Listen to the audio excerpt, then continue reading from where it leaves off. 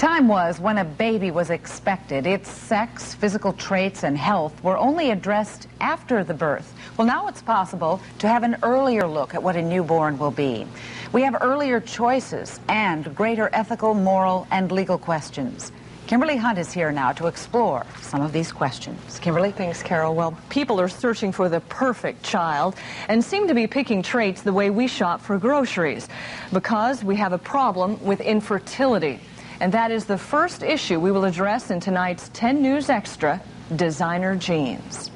1 out of 6 couples have some fertility problems. I think of it as that 40% of couples have infertility problems because of problems with sperm production, sperm counts, and so on. 40% of couples have fertility problems because of problems with the wife, her fallopian tubes, her ovulation, cervical mucus, in that category. And about 20% of couples probably have a combination of the two. No matter who carries the greatest burden of responsibility as far as infertility, it becomes a shared problem between both of the people.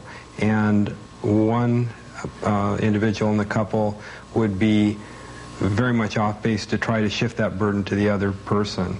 You have to share the burden. You have to deal with it as a couple. Our baby boomer group who have postponed their childbearing years are now in a later age. And as we've all matured and grown, we see that our ability to get pregnant has also diminished. And when you're trying, my God, it's a honeymoon. It's wonderful. You're like, honey, you know, and he rushes home from work, you know, lights go off at 5 o'clock. People can't understand why you're in bed so early. And it's wonderful. You're just having a wonderful, glorious time.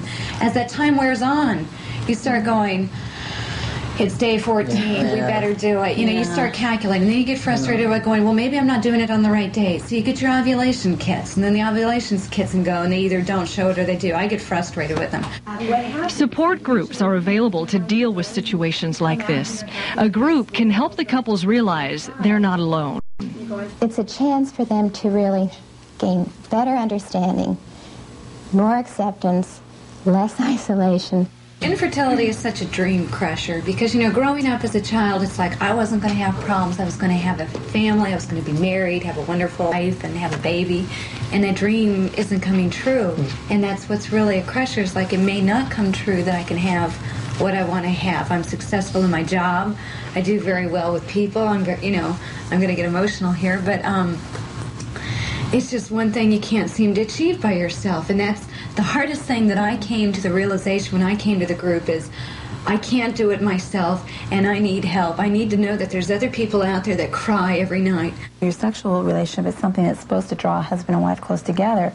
Well, that gets demolished because the doctor is telling you when to do it, when not to do it, and then once you really get into it, not only, you know, are you being told when and when not to, but even the act of having the baby is done in the doctor's office.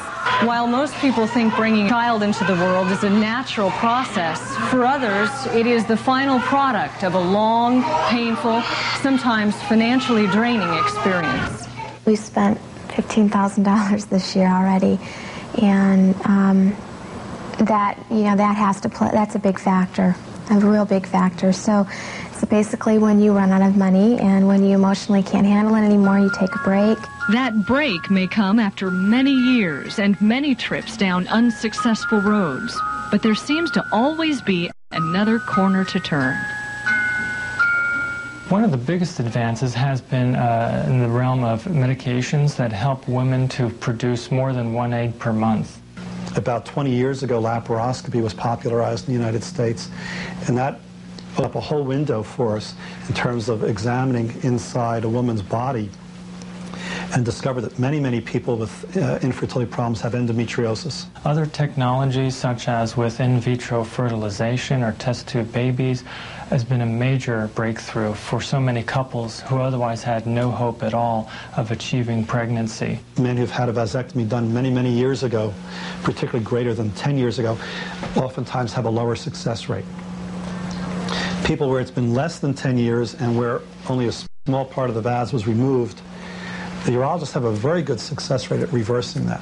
Regardless of all the medical breakthroughs, it can be an exhausting process for couples going through fertility treatment. I talked to the doctor, and I mean, He didn't say anything about any shots. And then when Carol said, oh, you'll be here for daily blood work at 7:30 in the morning, then you have to wait an hour and a half, maybe 2 hours to get your sonogram, and then you have to do your shots every day, and we'll teach your husband how to do it. It was so overwhelming because it was like, oh my God, nobody told me this is how you did it. It's really more the women's part. The men have to be very supportive. When you get to the point where we are, or we have been for the last 3 or 4 years, you're willing to accept anything that will work. The success rate may not be as high as they would like, but we can report that 2 of the couples we met are now expecting. As for the other 2 couples and many others like them, they are still hoping that technology and nature will come together to fulfill their dreams.